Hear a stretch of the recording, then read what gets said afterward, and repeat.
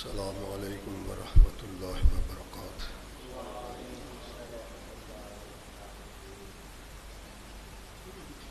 الحمد للہ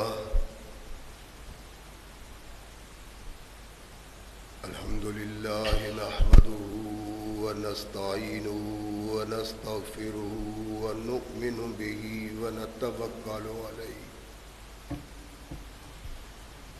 ونعوذ باللہ من شرور انفسنا ومن سیئات اعمالنا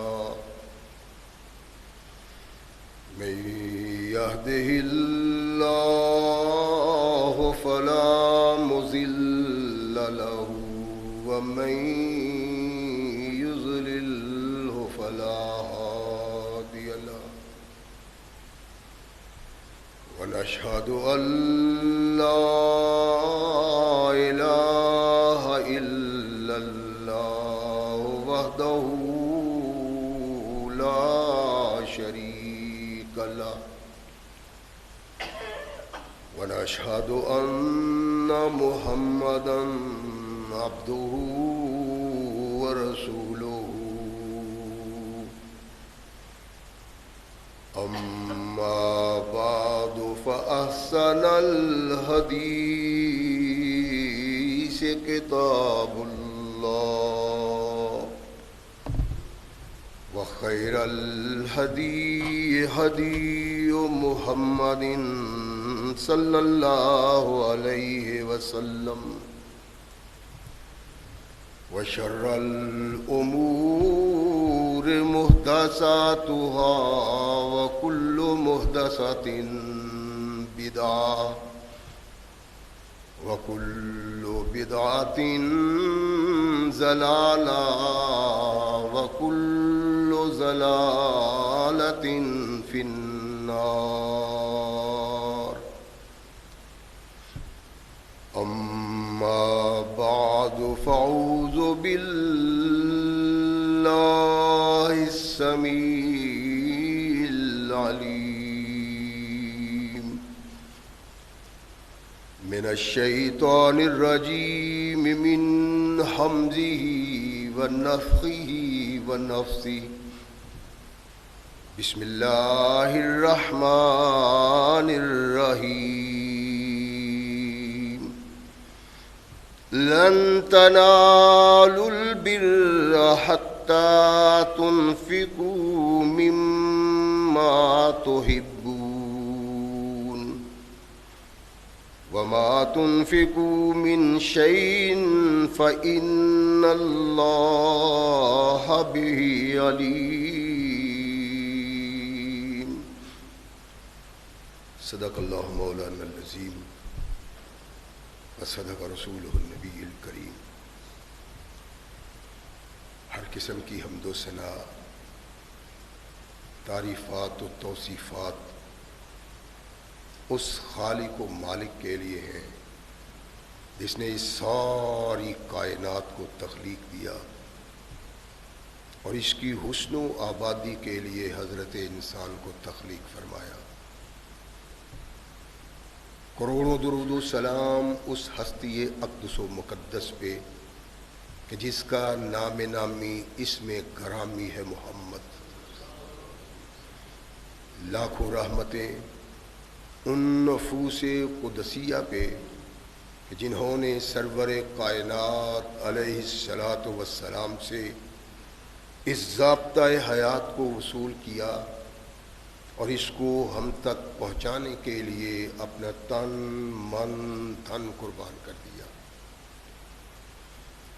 اللہ کی یہ بہت بڑی کرم نوازی ہے کہ اس نے اس ضابطۂ حیات کو ہم تک پہنچانے کے لیے ایسے مضبوط ذرائع اور اسباب استعمال فرمائے کہ ان کی موجودگی میں ہم ببانگِ دہل کہہ سکتے ہیں کہ یہ ضابطۂ حیات جو آج قرآن کی صورت میں ہمارے ہاتھوں میں موجود ہے، یہ وہی ضابطۂ حیات ہے جو آج سے کم و بیش 1450 سال پہلے نبی کائنات رسول ثقلین حضرت محمد رسول اللہ صلی اللہ علیہ وآلہ وسلم پہ انسانوں کی رشد و ہدایت کے لیے نازل ہوا۔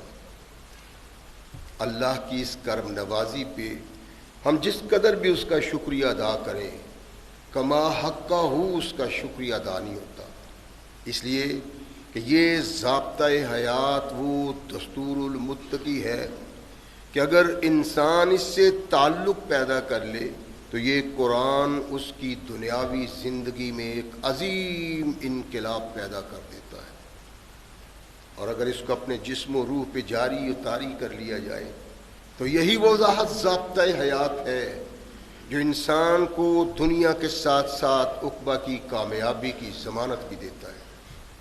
مگر صدحیف ایسے ضابطۂ حیات کی موجودگی کے باوجود آج ہم تختہ عرض پہ اتنی بد نصیبی کی زندگی بسر کر رہے ہیں کہ شاید کوئی دوسری قوم ہم سی بد نصیب نہ ہو۔ اس کا سبب زیادہ محنت کی ضرورت نہیں، اس کو پانے کے لیے اپنے اندر جھانکیں تو ہمیں اندر سے آواز آئے گی کہ ہماری اس بد نصیبی کا سبب کیا ہے۔ اصل اور بنیادی سبب اللہ کے قرآن سے دوری، رحمت کائنات محمد رسول اللہ صلی اللہ علیہ وسلم سے دوری اور ان لوگوں سے ناآشنائی جنہوں نے سب سے پہلے محمد رسول اللہ صلی اللہ علیہ وسلم کی آواز پہ لبیک کہا۔ آدم علیہ السلام سے سلسلہ شروع ہوا، رحمت کائنات محمد رسول اللہ صلی اللہ علیہ وسلم پہ آ کے ختم ہوا۔ کوئی رسول اور کوئی نبی ایسا نہیں جس پہ ایمان لانے والے اس کے ساتھی نہ ہوں۔ کسی پہ چند ساتھی، کسی پہ زیادہ، کسی پہ بہت زیادہ، لیکن اوراق تاریخ میں اور الہامی کتابوں میں اگر ان لوگوں کا تقابلی جائزہ محمد رسول اللہ صلی اللہ علیہ وسلم کے ساتھیوں، ان کے صحابہ سے لیا جائے تو یہ تقابلی جائزہ بنتا نہیں، اور یہ صرف لگاؤ اور تعلق کی بات نہیں بلکہ حقیقت بھی یہی ہے۔ رحمت کائنات محمد رسول اللہ صلی اللہ علیہ وسلم کو اللہ نے ارشاد فرمایا کہ میرے محبوب، یہ جو ہم نے ساتھی تیرے ساتھ وابستہ کیے ہیں یہ ہمارا خاص انتخاب ہے، اور جن کے انتخاب پہ اللہ نے ناز کیا اور رحمت کائنات علیہ السلام پہ احسان رکھا، وہ واقعی کردار کے لحاظ اس مقام پہ تھے کہ ان کی تعریف اور ان کی توصیف یوں ہی کرنا چاہیے تھی کہ یہ اللہ کا خاص تحفہ ہے جو محمد رسول اللہ کو ملا۔ ان کے کردار کے کسی رخ پہ نگاہ ڈالیں تو ہمیں احساس ہوتا ہے کہ یہ کوئی خاص لوگ ہیں، وگرنہ تاریخ انسانیت پہ نگاہ ڈالنے سے ایسے لوگ نگاہ میں نہیں آتے۔ اور پھر یہی نہیں ہے کہ اللہ نے ارشاد فرمایا کہ یہ میں نے خاص منتخب شدہ لوگ تیرے دامن سے وابستہ کیے ہیں، بلکہ آنے والے لوگوں کو ارشاد فرمایا کہ آمنو کما آمن الناس، ایمان ویسے لاؤ جیسے محمد کے صحابہ ایمان لائے تھے۔ تو یہ گارنٹی ہے اللہ کی طرف سے، یہ سرٹیفکیٹ ہے اللہ کی طرف سے کہ ان کے ایمان کا تقابلی جائزہ لیا ہی نہیں جا سکتا کسی کے ایمان کے ساتھ، اور یہ ایک حقیقت ہے۔ کونین کے آقا محمد رسول اللہ صلی اللہ علیہ وسلم کے دامن سے جو لوگ بھی منتخب ہوئے ان میں بہت سارے وہ لوگ ہیں جن کے ناموں کا ہی ہمیں پتہ نہیں، اور بہت سارے ایسے لوگ ہیں جو اپنے واضح کردار کی بنا پہ مسلمانوں کی آنکھوں کے ہر وقت سامنے رہتے، اور ان کا یوں سامنے رہنا ان کے ایک اس عظیم کردار کے سبب ہے جو اپنی زندگی کو اوراق تاریخ پہ نقش کر گئے۔ ایسے ایسے لوگ ان میں تھے کہ عقل حیران رہ جاتی ہے کہ کیا کوئی انسان ایسا بھی ہو سکتا ہے؟ ہاں، اپنے طور پہ انسان سوچتا ہے، لیکن حدیث سے، تاریخ سے آواز آتی ہے کہ محمد کے ساتھیوں میں ایسے لوگ ہیں صلی اللہ علیہ وسلم۔ اللہ ارشاد فرماتے ہیں کہ لن تنالوا البر حتی تنفقوا مما تحبون، تم نیکی پا ہی نہیں سکتے، تم نیکی تک پہنچ نہیں سکتے جب تک وہ نہ خرچ کرو جو تمہیں محبوب ہے۔ قرآن کے سب سے پہلے مخاطب اور ان کا کردار، انسان قرآن پڑھ کے ان کا کردار دیکھ کے، سن کے، پڑھ کے جھوم جاتا ہے، لیکن بد نصیبی یہ ہے کہ ہم اس طرف توجہ نہیں دیتے، ہمارا خیال اس طرف نہیں جاتا، ہم سوچتے نہیں ہیں کہ آخر ہمیں کون سا کردار اپنانا چاہیے۔ اللہ نے کہا یہی نہیں ہے، بلکہ تمہارے سامنے وہ لوگ پیش کیے ہیں جنہوں نے کردار کر کے دکھایا ہے، اور وہ ان سب چیزوں سے متعلق تھے جن سے تم متعلق ہو۔ جو دل تمہیں دیا وہ انہیں بھی دیا، جو فکر تمہیں دی انہیں دی، جو سوچ تمہیں دی وہ سوچ انہیں بھی دی، جو خیالات بطور انسان تمہارے اندر ہیں وہی ان کے اندر تھے، لیکن انہوں نے سب کچھ کو اللہ اور رسول کی اطاعت کے تحت کر دیا، اور آج تک نہیں، اپنے اس کردار کے سبب یہ لوگ قیامت تک زندہ رہیں گے، اور ان کی زندگیوں کو لوگوں کے سامنے پیش کیا جاتا رہے گا کہ تم بھی انسان ہو، یہ بھی انسان ہے، ذرا تقابلی جائزہ لو کہ اللہ کے محبوب کون لوگ ہیں۔ یہ رحمت کائنات محمد رسول اللہ صلی اللہ علیہ وسلم کا ایک محبوب صحابی اور اللہ کے نبی کے قریب رہنے والا ہے، سیدنا عبداللہ بن مسعود رضی اللہ تعالی عنہ ارشاد فرماتے ہیں کہ قریش کے تمام نوجوانوں میں، بہت بڑا قبیلہ ہے اور بہت سارے نوجوان محمد رسول اللہ پہ ایمان لائے، تو وہ کہتے ہیں قریش کے تمام نوجوانوں میں کوئی نوجوان ایسا نہیں جو دنیا کی رعنائیوں، دنیا کی خوبصورتیوں اور دنیا کی دل فریبیوں سے اپنے آپ کو بچا سکا۔ اگر ان نوجوانوں میں کوئی ایسا انسان ہے تو وہ عبداللہ بن عمر ہے رضی اللہ تعالیٰ عنہ۔ دنیا سے تعلق تو ہر ایک کا ہے،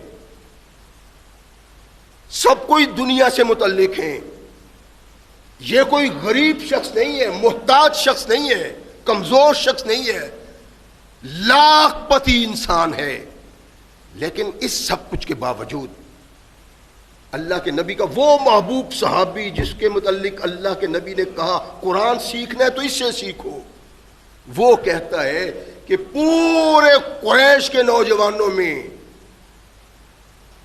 دنیا سے عدم دلچسپی کا اظہار جتنا عبداللہ بن عمر کا تھا کسی دوسرے کا نہیں تھا۔ سیدنا جابر بن عبداللہ رضی اللہ تعالیٰ عنہ ارشاد فرماتے ہیں کہ ما ادرکت احدا میں نے کوئی انسان نہیں دیکھا الا قد مالت بہ دنیا اور مالا بہا، مگر دنیا نے اس کو اپنی طرف متوجہ کیا یا وہ خود دنیا کی طرف متوجہ ہوا، الا عبداللہ ابن عمر، سوائے عبداللہ بن عمر کے۔ یعنی یہ شخصیت کیا وہ دل نہیں رکھتی جو ہمارا ہے؟ کیا یہ خواہش نہیں رکھتا تھا جو ہماری پیدا ہوتی ہے؟ کیا اس کے اندر انسانیت نہیں تھی؟ یہ وہ فطرت نہیں رکھتا جو فطرت تمام انسانوں کی ہے، لیکن کردار اس وقت بنتا ہے جب انسان کی نگاہ دنیا سے ہٹ کے عاقبت پہ پڑتی ہے، اور جس کی نگاہ عاقبت پہ پڑ جاتی ہے وہ دنیا میں ایسی کامیابی کی زندگی بسر کرتا ہے کہ بھیجنے والا اللہ بھی اس پہ ناز کرتا ہے۔ کوئی دلچسپی نہیں اس شخص کو، شخصیت بہت بڑی ہے،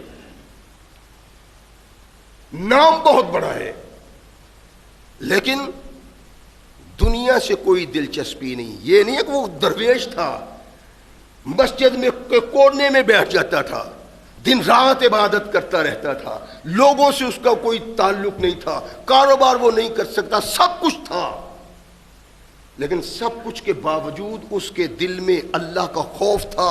اور جب انسان اپنے دل میں اللہ کا خوف پیدا کر لیتا ہے تو پھر وہ انسان کیا بنتا ہے؟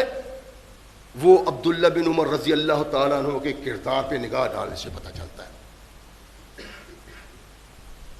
اللہ کے نبی اس جہان سے تشریف لے گئے، رحمت کائنات محمد رسول اللہ صلی اللہ علیہ وسلم کے دستے حق پرست پہ سب سے پہلے بیعت کرنے والا رحمت کائنات کا خلیفہ منتخب ہوا، وہ بھی چلا گیا۔ ایک اور شخص جو تنہا زمین پہ وہ باسی ہے جس کے لیے محمد رسول اللہ نے اللہ کے حضور جھولی پھیلائی کہ اللہ یہ مجھ کو دے، وہ عمر تھا، اپنا وقت بسر کیا، یہ بھی چلا گیا۔ اس کے بعد اللہ کے نبی کا وہ محبوب آیا کہ رحمت کائنات محمد رسول اللہ صلی اللہ علیہ وسلم نے ارشاد فرمایا میں اس سے بہت شرم کرتا ہوں۔ کہنے والے نے کہا، پوچھنے والے نے پوچھا کہ اللہ کے نبی ابو بکر بھی ہیں، عمر بھی ہیں، یہ ارشاد فرمایا ہاں اس سے میں اس لیے حیا کرتا ہوں کہ اللہ کے فرشتے بھی حیا کرتے۔ نبی چلے گئے۔ اب ایک دوسرے سے چھینا جھپٹی کا دور شروع ہوا۔ بڑی بد نصیبی ہے کہ وہ سوچ، وہ تصور، وہ خیال انسان کے دل سے نکل گیا جس نے رحمت کائنات سے وابستہ ہوتے ہی اس کو زمین سے اٹھایا، آسمان تک پہنچا دیا۔ وہ سوچ ختم ہے، طہارت ختم نہیں، تقدس ختم نہیں، عظمت ختم نہیں، ایمان ختم نہیں، لیکن اس میں کمی آ گئی، اور اس کمی کی بنا پہ جو اسلام اور مسلمان کا آج تک حشر ہو رہا ہے وہ عبرت ہے۔ عثمان ذو نورین رضی اللہ تعالیٰ عنہ شہید ہوئے، قاتل دندناتے ہیں مدینہ میں، مختلف صحابہ کے پاس گئے، انکار کر دیا۔ علی المرتضیٰ رضی اللہ تعالیٰ عنہ کے پاس گئے، خلافت قبول کر لی۔ اب اس بات پہ گفتگو کرنا ہمیں زیبا نہیں دیتا کہ کیوں، جو بھی سبب تھا ان کی سوچ کے مطابق وہ حق تھا تو وہ حق ہی تھا، اس لیے کہ ان لوگوں سے بڑھ کے کائنات میں کوئی مجتہد نہیں ہو سکتا. اقدام غلط ہو، سوچ غلط ہو، فکر غلط ہو، یہ اپنی جگہ پہ ہے، لیکن ان پہ تان تنقید کرنا اپنے ایمان کو برباد کرنے کے مترادف ہے. خلافت قبول کر لی، دوسری طرف بہت بہت مرتبہ اور مقام والے لوگوں نے اختلاف شروع کر دیا. ان کی گردن پہ تلوار رکھی گئی کہ بیعت کرو. جان کو بچانے کے لیے انہوں نے بیعت کر لی، لیکن جو ہی وقت ملا اس بات سے انکار کر دیا، اس بیعت سے انکار کر دیا. اور اس کا سبب کچھ تھا کہ نہیں، اس کے بارے میں ان پہ بات نہیں کی جا سکتی. انکار کر دیا اور کہا کہ ہمارا مقصد جو تھا اور بیعت کا جو سبب تھا وہ پورا نہیں ہوا. طلحہ، زبیر، اماں عائشہ صدیقہ، سیدنا امیر معاویہ رضی اللہ تعالیٰ ایک دوسرے کے سامنے کھڑے ہو گئے. کون حق تھا، کون سچ تھا، کس کی حیثیت کون ہے اس بات کا فیصلہ کرنے والا؟ غلط فیصلہ کرتا ہے وہ، جھوٹ ہے اس کا فیصلہ. فلاں حق فلاں باطل، کوئی باطل نہیں. ہر ایک کی سوچ فکر اس دین کے مطابق تھی جس میں تربیت ان کی محمد رسول اللہ نے کی تھی. یہ اپنی اپنی سوچ ہے، سب سوچ پہ حقدار ہے، اور سب کو ہم اسی نگاہ سے دیکھیں گے جس نگاہ سے محمد رسول اللہ صلی اللہ علیہ وسلم کے صحابہ کو دیکھنا چاہیے. ایک مومن کو 3 گروہ بن گئے، اور ان گروہوں کے بننے کا سبب کیا تھا؟ ایران کے آتش پرست اور یمن کے یہودی. یہ سازش تھی اسلام کے خلاف کہ اس کو خیرہ خیرہ کر دو، برباد کر دو، اس کو تباہ کر دو. اس کا سبب کیا تھا؟ پہلے خطبات جمعہ میں نے عرض کیا ہے کہ اس کا سبب کیا تھا. اللہ کے نبی محمد رسول اللہ صلی اللہ علیہ وسلم کے دین کو تباہ کرنے کے لیے ایران کی آتش پرستوں اور یمن کے یہودیوں کا بنیادی کردار ہے. یہ کون بد نصیب تھے؟ عرض کیا تھا کہ یہ یہودی کون تھے؟ اللہ کے نبی کے خلاف، اللہ کے نبی کے محبوبوں کو ایک دوسرے کے سامنے کھڑا کر دیا. وہ محبوب جن کے ساتھ بڑی بڑی طاقت تھی صحابہ کی، ایک دوسرے کے سامنے. ایک پارٹی جو ابھی مطمئن نہیں ہے اور وہ سمجھتی ہے کما حق کا ہوں ان کی تباہی اور بربادی نہیں ہوگی. ایک اور شخص کو بھی دیکھو، کنڈی کھٹکھٹائی جاتی ہے اس کی، باہر نکلے. کیا بات ہے؟ کہا عبداللہ تم اس قوم کے سردار کے بیٹے ہو اور خود بھی سردار ہو، تم گھر میں بیٹھے ہوئے، باہر آؤ، ہم تمہارے ہاتھ پہ خلافت کی بیعت کرتے ہیں.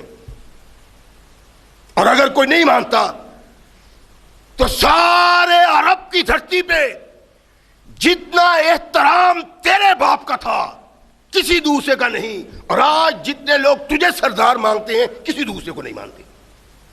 او ہم تمہارے ہاتھ پہ بیعت کرتے ہیں اور تمہارے سر پہ خلافت کا تاج رکھتے ہیں.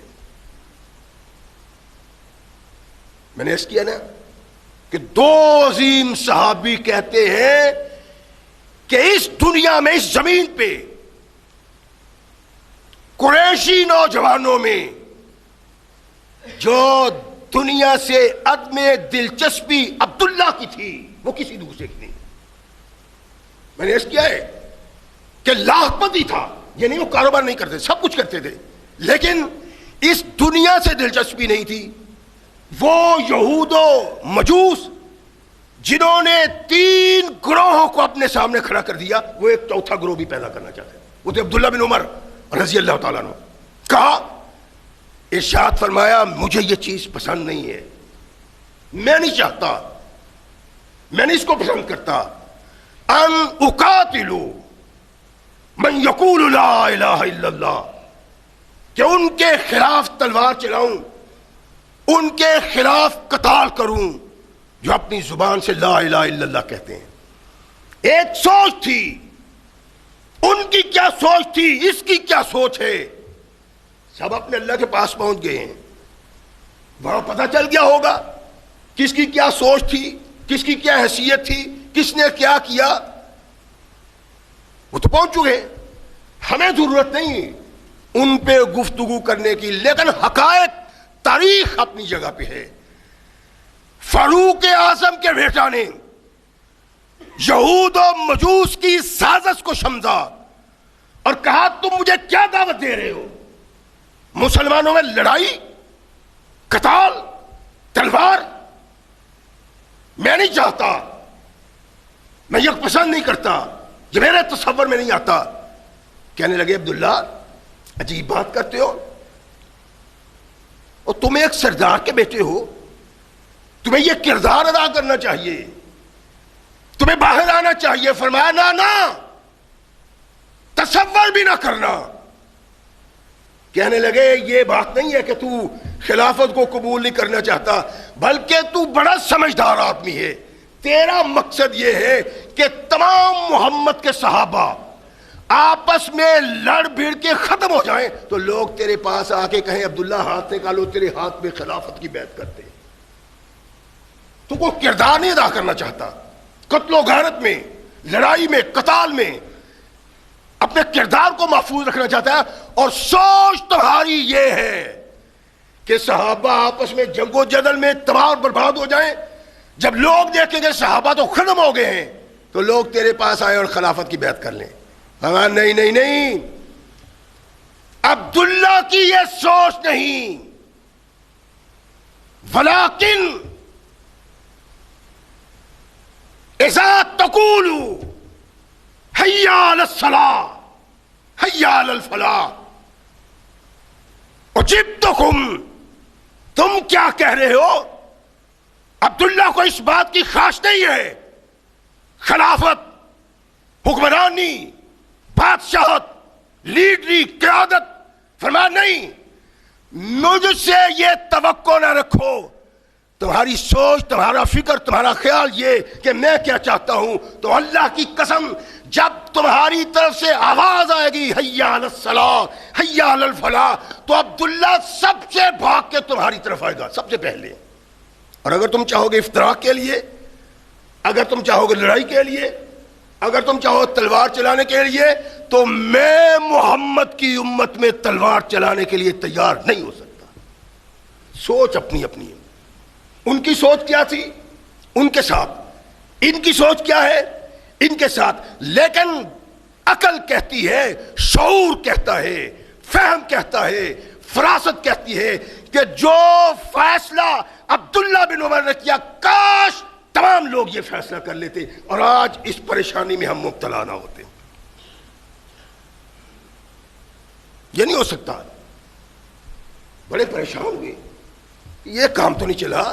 اصل میں تباہی اور بربادی تو تب ہونی تھی جب عبداللہ بھی میدان میں آ جاتا، ادھر طلحہ و زبیر، ادھر امیر معاویہ، ادھر علی المرتضی، تینوں کو جدا جدا کر کے سامنے لا کھڑا کرنے پہ ان کا دل مطمئن نہیں ہے، اس لیے کہ بہت سارے صحابہ، ہزاروں صحابہ اس بات کو قبول نہیں کرتے تھے کہ لڑائی ہونی چاہیے، جنگ ہونی چاہیے، قتال ہونا چاہیے، اور ان میں عبداللہ بن عمر سرفہرست تھے، اور یہ بھی وہ سمجھتے تھے کہ عبداللہ بن عمر نے اگر یہ کردار ادا کیا تو ساری کسریں نکل جائیں گی، لیکن وہ فاروق کا بیٹا تھا، ان کے ہاتھ نہیں چڑھا۔ ایک اور گروہ آیا، مانتا نہیں ہے، جاؤ اس کے پاس کوئی دلیل دو سے، اللہ کے نبی کے صحابہ کے کردار پہ نظر رکھیں، کیا کردار تھا ان لوگوں کا۔ اللہ کی قسم، جس دل میں صحابہ کا سا ایمان پیدا ہو جائے وہ دل دنیا میں بھی کامیاب اور آخرت میں بھی کامیاب اور کامران ہو سکتا ہے۔ ایک اور گروہ آیا، عبداللہ کس باپ کے بیٹے ہو؟ اور لوگ تیرے باپ کے بعد کسی پہ بھی مطمئن نہیں ہیں، اور اگر کوئی اطمینان کا نام لیتا ہے تو وہ تیرا ہی۔ آؤ ہم تمہارے ساتھ ہیں، قتال کرو۔ عبداللہ کہتے ہیں قتال کرو کیوں؟ کس کے خلاف؟ اور محمد رسول اللہ کی امت میں، رحمت کائنات علیہ الصلوۃ والسلام کی امت پہ تفریق ڈالنے کے لیے ناممکن ہے۔ کہا تمہاری سوچ غلط ہے عبداللہ، تم ذہین ہو، عقل مند ہو، مومن ہو، لیکن یہ تمہاری سوچ غلط ہے۔ حالات کو دیکھو، یہ حالات تقاضا کرتے ہیں کہ تم میدان کارزار میں آؤ، اور اگر تم آؤ گے تو لڑنے کی بھی ضرورت پیش نہیں آئے گی، باہر تو آؤ۔ اور پھر قرآن کہتا ہے کہ وَقَاتِلُوهُمْ حَتَّى لَا تَكُونَ فِتْنَةٌ وَيَكُونَ الدِّينُ لِلَّهِ۔ قرآن کہتا ہے کہ ان لوگوں کے خلاف جہاد کرو، تب تک جہاد کرو جب تک اللہ کا دین قائم نہیں ہو جاتا۔ عبداللہ کہتے ہیں وہ تو میں نے جہاد کیا ہے، رحمت کائنات کی قیادت میں، صدیق اکبر کی قیادت میں، اپنے بابا کی قیادت میں، ذوالنورین کی قیادت میں نے تب تک جہاد کیا ہے جب تک عرب سے غیر دین کو نکال کے اللہ کے دین کا نفاذ نہیں کیا، تلوار زمین پہ نہیں رکھی۔ اب کون سے جہاد کی بات کرتے ہو؟ جس جہاد کی تم بات کر رہے ہو اس سے مقصود و مطلوب لا تکون فتنۃ ویکون الدین للہ نہیں ہے، بلکہ تم کہتے ہو آپس میں قتال کریں حتی یکون دین غیر اللہ، یہاں تک کہ عرب میں پھر غیر اللہ کا دین آ جائے۔ سوچ اپنی اپنی ہے، مجھے ان پہ اعتراض نہیں ہے۔ کس نے کیا فیصلہ کیا؟ علی المرتضیٰ کا فیصلہ ٹھیک تھا یا سیدنا طلحہ و زبیر کا یا سیدنا امیر معاویہ کا؟ کس کا فیصلہ ٹھیک تھا؟ اللہ جانے، وہ تو وہاں پہنچ گئے ہیں، ان پہ اعتراض کی بات نہیں ہے۔ تاریخ کا ایک باب ہے۔ عبداللہ بن عمر نے کہا میں یہ قطعاً سوچ نہیں سکتا کہ مسلمانوں میں آپس میں تلوار چلانے کا سبب بن جاؤں۔ یہ جو ہے وَيَكُونَ الدِّينُ لِلَّهِ، تو اللہ کے دین کے لیے میں نے قتال کیا ہے، یہاں تک کہ عرب سے باطل کو بھگا دیا ہے۔ اور اب جو تم چاہتے ہو نا، تم یہ چاہتے ہو کہ قتال ہو حتی یکون دین لغیر اللہ، غیر اللہ کا دین پھر عرب میں آ جائے۔ عبداللہ اس میں کردار ادا کر کے اپنے اللہ کے حضور پریشان نہیں ہونا چاہتا، نہیں ہے۔ یہ کیا تھا؟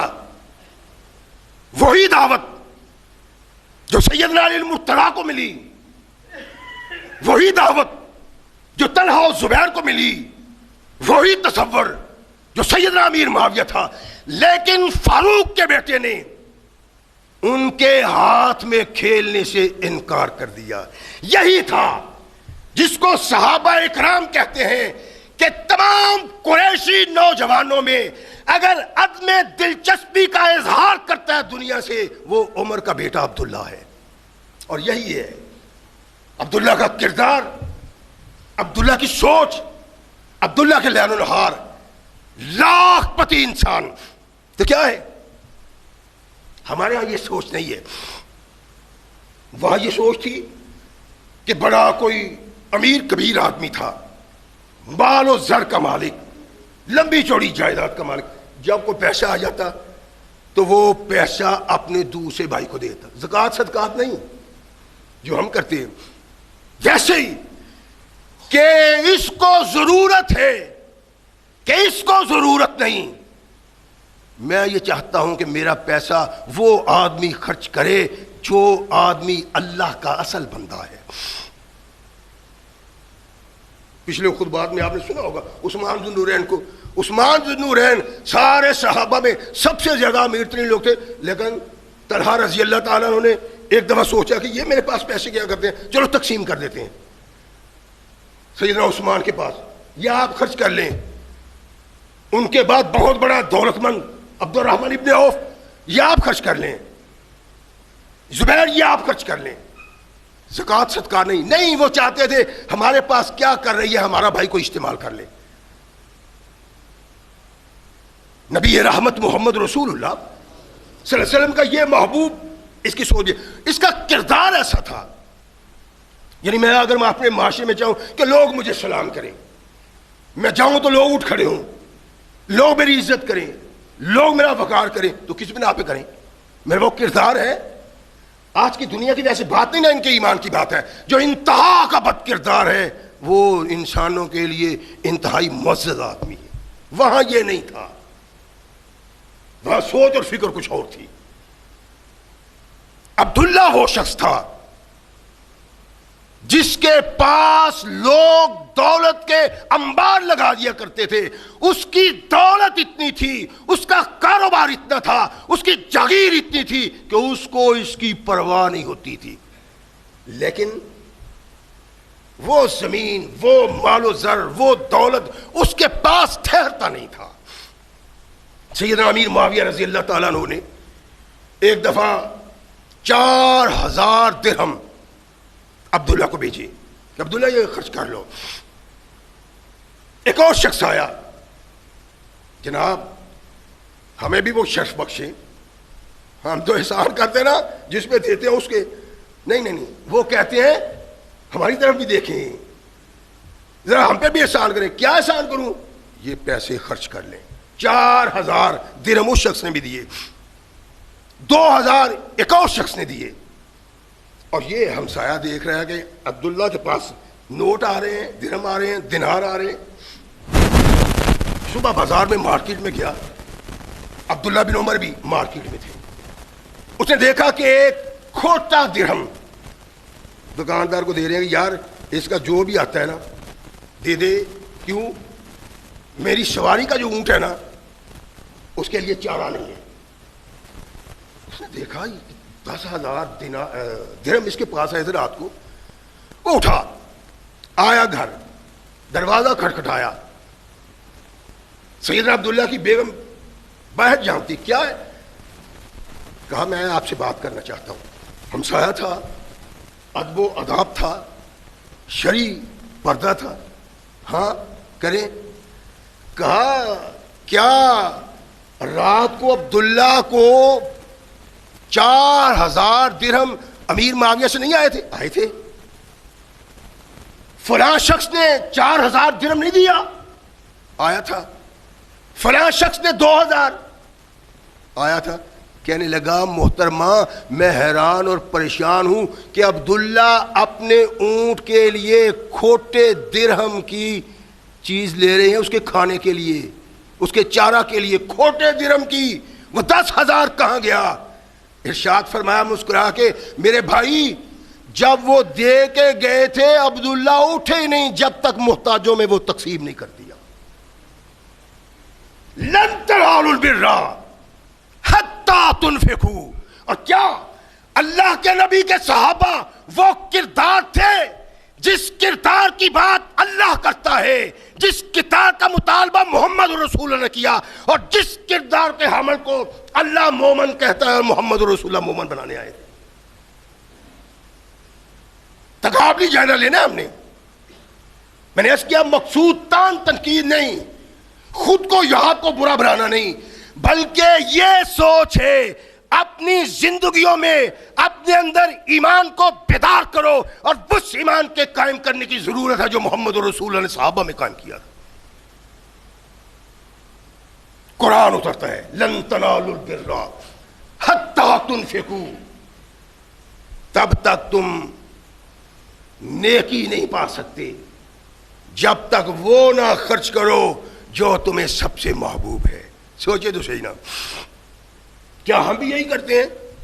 میں نے جب کپڑے پہن کے ان کو گھسا لیا ہے تو اللہ کی راہ میں دے رہے ہیں،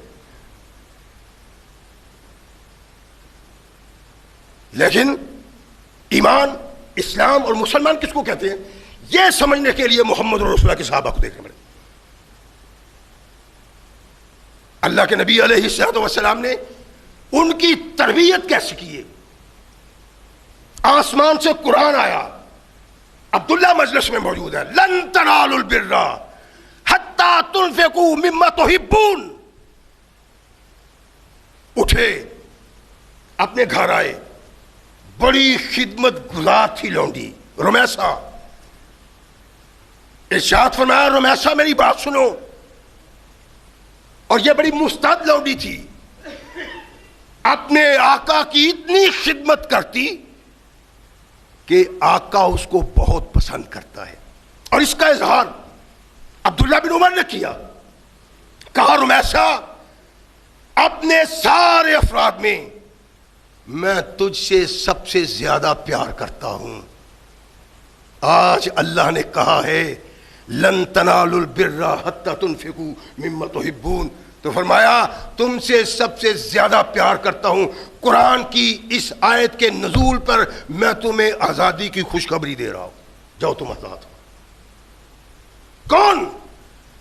جو دن رات خدمت میں مصروف رہتی ہے، جو ہر وقت مؤدب کھڑی رہتی ہے، منہ سے بات بعد میں نکلتی ہے، یہ پورا پہلے کرتی ہے، ایسی خادمہ ہے، یہ محبوب ہے اپنے آقا کی. اللہ نے کہا اپنی محبوب چیز کو اللہ کی راہ میں وقف کر دو. تو سیدنا عبداللہ بن عمر رضی اللہ تعالیٰ عنہما فوراً گھر گئے اور کہا آج زمین پہ سب سے محبوب میری لونڈی رمیسا ہے، میں اللہ کی رضا کے لیے آزاد کرتا ہوں. یہ سوچ ہے رحمت کائنات محمد رسول اللہ کے صحابہ. میری کیا سوچ ہے، میرے کیا لہل و نہار ہے. راوی کہتا ہے، ایک لمبی روایت ہے، آخری راوی محمد ہے، تو وہ عبداللہ بن عمر کے پاس بیٹھا ہوا ہے. ایک شخص آیا، آ کہنے لگا عبداللہ تیرا یہ جو غلام ہے نا نافع، کیا بات ہے اس کی، بیچنا ہے؟ عبداللہ خاموش ہے. وہ بیچ لو، کم قیمت نہیں دیتا. ہم تو چلتے نا 5 6 7 نہیں، وہ کہتا ہے 10,000 درہم تمہیں دیتا ہوں، 10,000.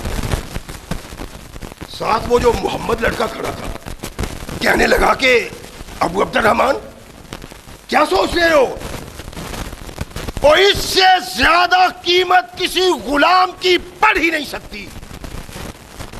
اتنا مال، اتنی دولت، اور تم سوچ رہے ہو تو اس کو، اس سے بڑی رقم تمہیں نہیں ملے گی. عبداللہ نے سر ہلایا، اور یہ نافع بھی عبداللہ بن عمر کا محبوب غلام ہے. کہنے لگا یہ بات نہ کرو، یہ اس مقام پہ نہیں کہ اس کو فروخت کروں، اس کی 10,000 درہم قیمت پڑ رہی ہے، میں اس کو اللہ کی رضا کے لیے ویسے ہی آزاد کر رہا ہوں. یہ سوچ ہے ان لوگوں کی جن کا نام آتا ہے تو رضی اللہ تعالیٰ کو کہتے ہیں. یہ سوچ ہے ان لوگوں کی جن کے متعلق رب نے کہا میرے محبوب تیرے لیے یہ ہم نے منتخب کیے ہیں، ہم نے پسند کیا ہے. اور جو بدبخت بد کردار ان صحابہ پہ تان کرتا ہے، ان پہ انگلی اٹھاتا ہے، وہ کائنات کا بدترین بد نصیب انسان ہے. جس کو رب نے منتخب کیا، جس کو نبی محبوب کہتا ہے، ہم اور تم اس پہ تنقید کرتے ہیں. بڑے بڑے بد نصیب، اور اتنے الو کے پٹھے جہل ہوتے ہیں، انہیں علم ہی نہیں ہے کہ وہ بات کیا کر رہے ہیں، تو وہ صحابہ کے معاملے کرتے ہیں. اللہ کے نبی محمد رسول اللہ صلی اللہ علیہ وسلم کے یہ وہ محبوب ہیں جن کے کردار کی بنا پہ اللہ ہم سے مطالبہ کرتے ہیں آمنو کما آمن الناس. لیکن ہم کیا ہیں، سوچ کوئی نہیں. عبداللہ بن عمر رضی اللہ تعالی عنہما کے متعلق صحابہ کی ایک فکر ہے. وہ کہتے ہیں کہ عبداللہ ایک ایسا شخص ہے جس کے ہاتھ میں پیسہ ٹکتا ہی نہیں ہے. ہم کہیں کہ ہمارے ہاتھ میں نہیں ٹکتا، ہاں ٹھیک ہے نہیں ٹکتا، ہماری جیب میں ٹک جاتا ہے، تجوری میں ٹک جاتا ہے، گھر ٹک جاتا ہے، بینک میں ٹک جاتا ہے. لاکھ پتی انسان ہے اور اس لاکھ پتی انسان کو لوگ آ کے مال و دولت دیتے ہیں، اور بھائی مجھے کیا ضرورت ہے؟ کہا تجھے ضرورت نہیں، ہمیں تو ضرورت ہے نا۔ اللہ کی قسم صحابہ کے کسی کردار کو دیکھیں تو ہم لگا ہی نہیں کھاتے ان سے، نہ ہمارا ایمان لگا کھاتا ہے ان سے۔ نافع کہتے ہیں کہ ایک مجلس میں عبداللہ بیٹھے ہوئے ہیں، ایک شخص آیا، بڑا جاگیردار ہے، مالدار، دولت مند ہے، وہ آ کے 22,000 دینار اس کے پاس ہے، وہ عبداللہ کی جھولی میں رکھ دیتا ہے۔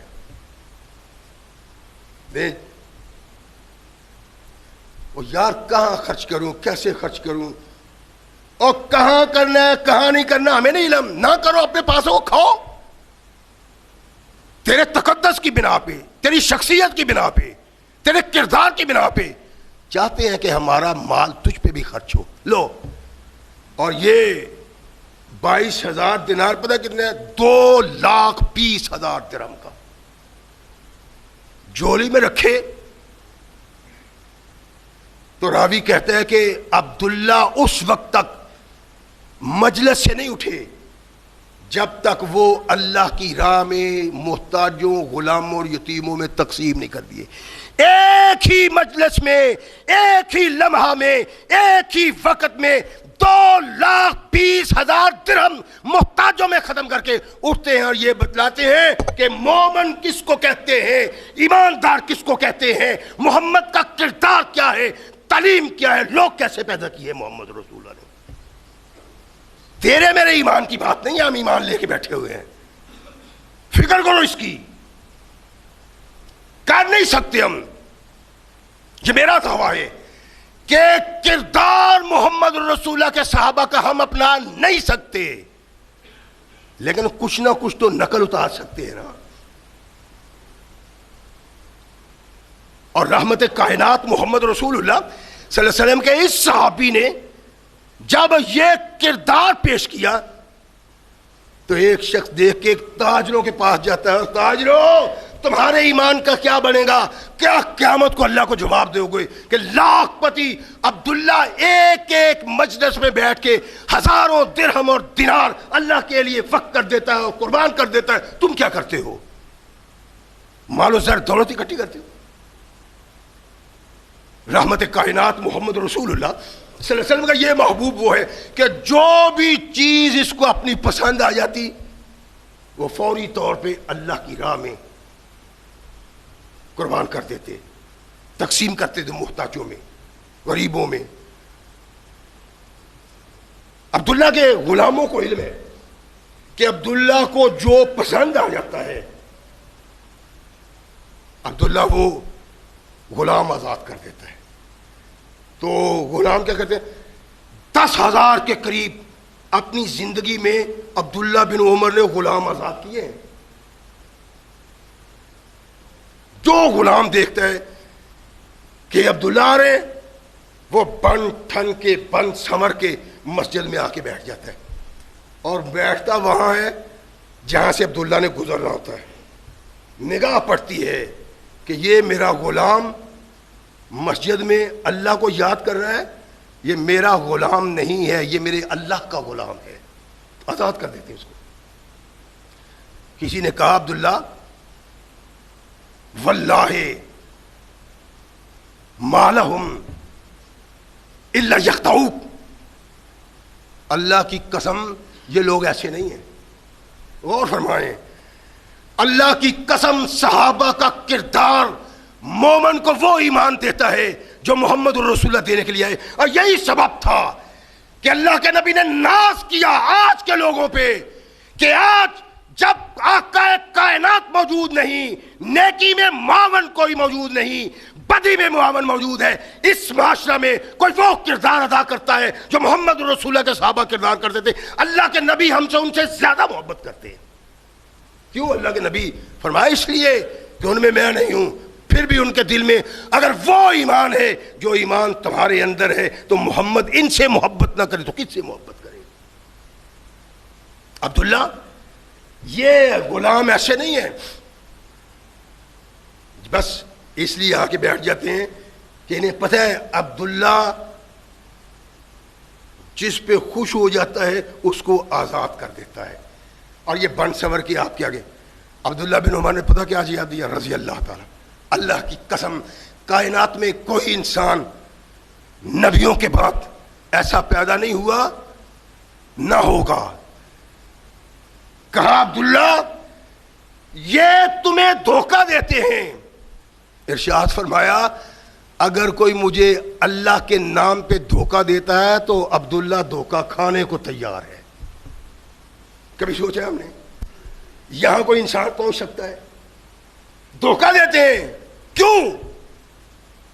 اللہ کے نام پہ. کہا اللہ کے نام پہ کوئی دھوکہ دیتا ہے میں دھوکہ کھانے کو تیار ہوں.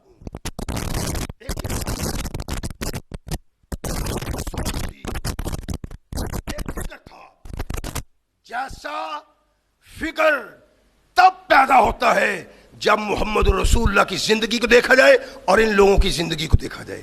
میں نے اس کیا ابتدا میں اور بہرا کرتا ہوں کہ اللہ محمد صلی اللہ علیہ وسلم اور محمد رسول اللہ کے صحابہ جو آدمی ان سے متعلق ہو جاتا ہے کائنات کے رب کی قسم چلتا پھرتا زمین پہ وہ جنتی ہے. صحابی کوئی ہو 1,24,000 کے قریب صحابہ بیان کیے جاتے ہیں روایات میں. اتنے ہو یا کم ہو اور ان تمام صحابہ میں جس صحابی کا نام لیا جائے اس کو اٹھا کے اپنے سامنے نظر چڑھائی جائے اور آگے تاریخ میں تو ہمارا ایمان اس کے ایمان کے سامنے ایک رتی کا ایمان نہیں نظر. اللہ کا فضل و رحمت ہے 2.5-3 سال ہو گئے صحابہ کو بیان کرتے ہیں اور وہ صحابہ بیان کرتے ہیں جن کا پہلے نام نہیں آتا اور ان کا کردار جب ہمارے سامنے آیا تو دل جھوم اٹھتا ہے کہ واقعی جو محمد نے کردار ادا کیا ہے کائنات میں کوئی نہیں ادا کر سکتا. ایسے لوگ کہاں پیدا ہوتے جیسے رحمت کائنات محمد. بیمار ہوئے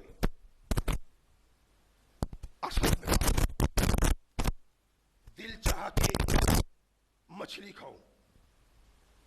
کوئی مرغوب مچھلی ہوگی کوئی پسند کی مچھلی ہوگی. علماء کو کہا کہ جاؤ مچھلی ڈھونڈ کے لاؤ.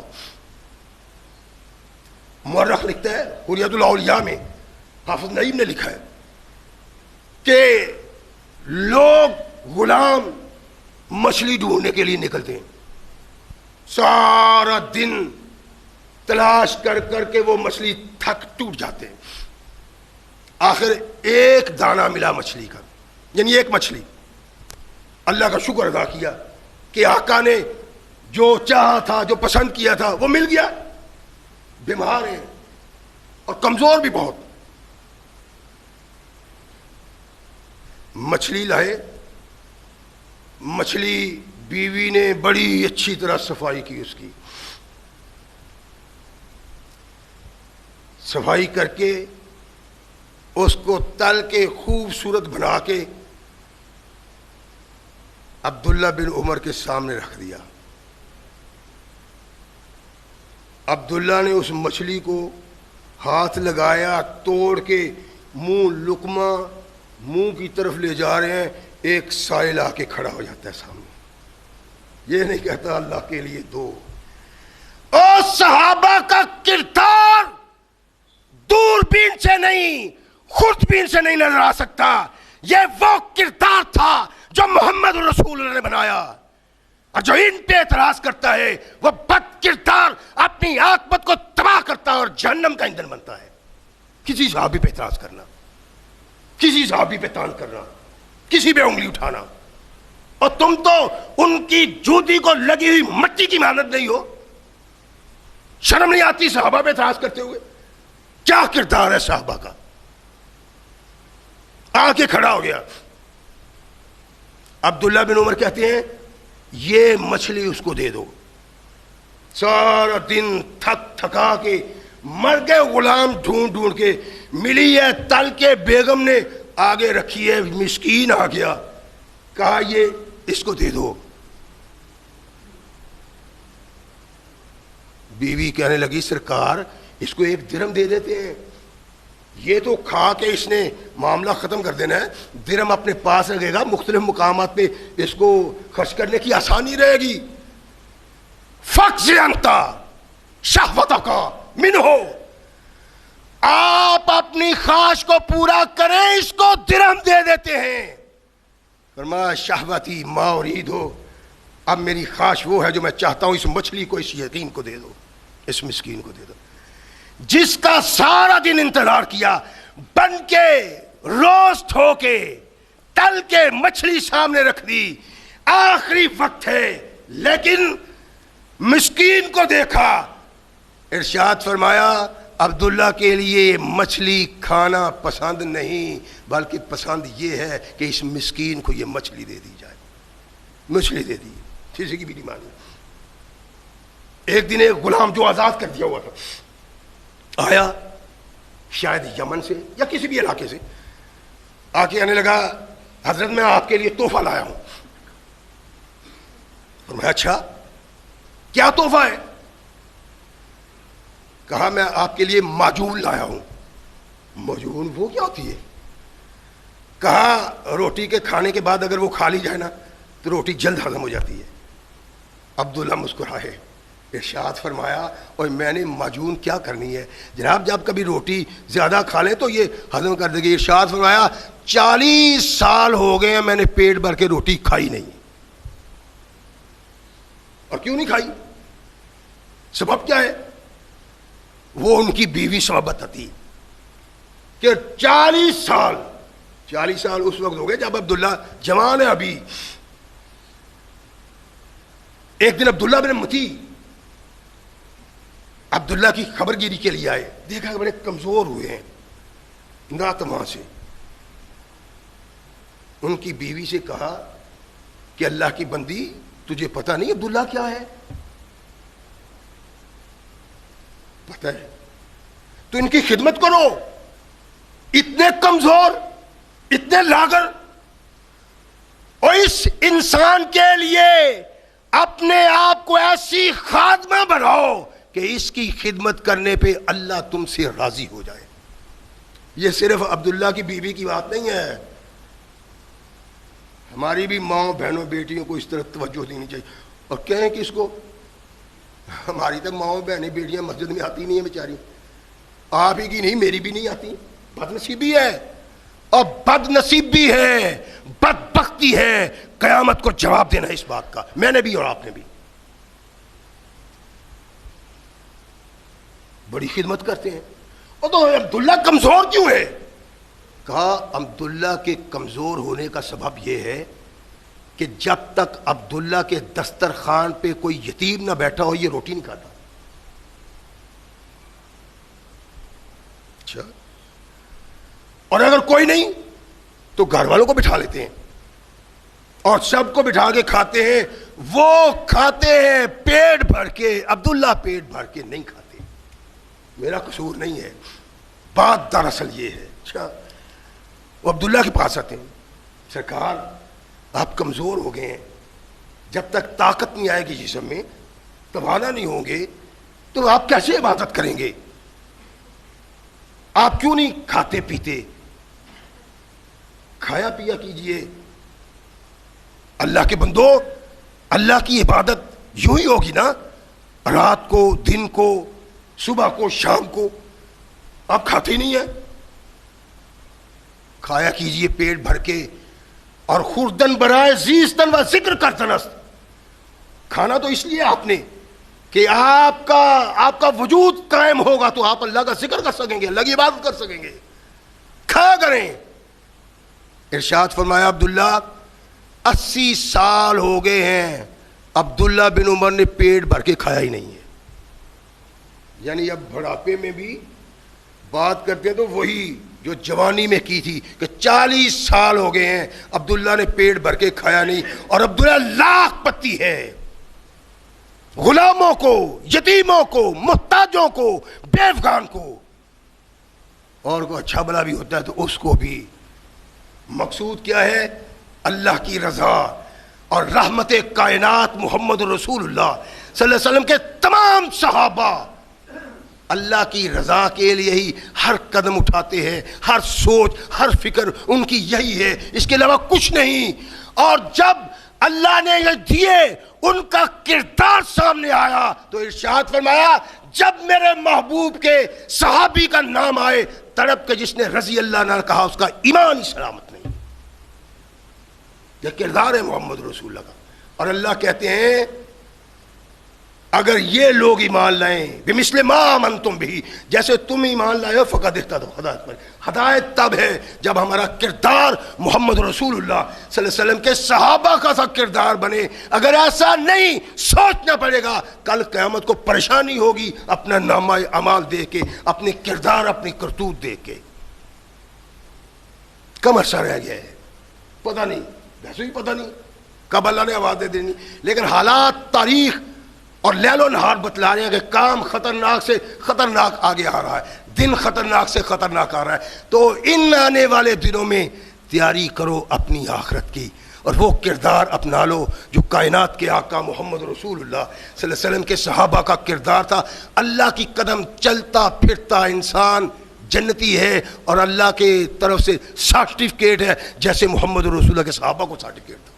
اللہ ہمیں صحیح مسلمان بننے کی توفیق عطا فرمائے۔ وآخر دعوانا الحمدللہ۔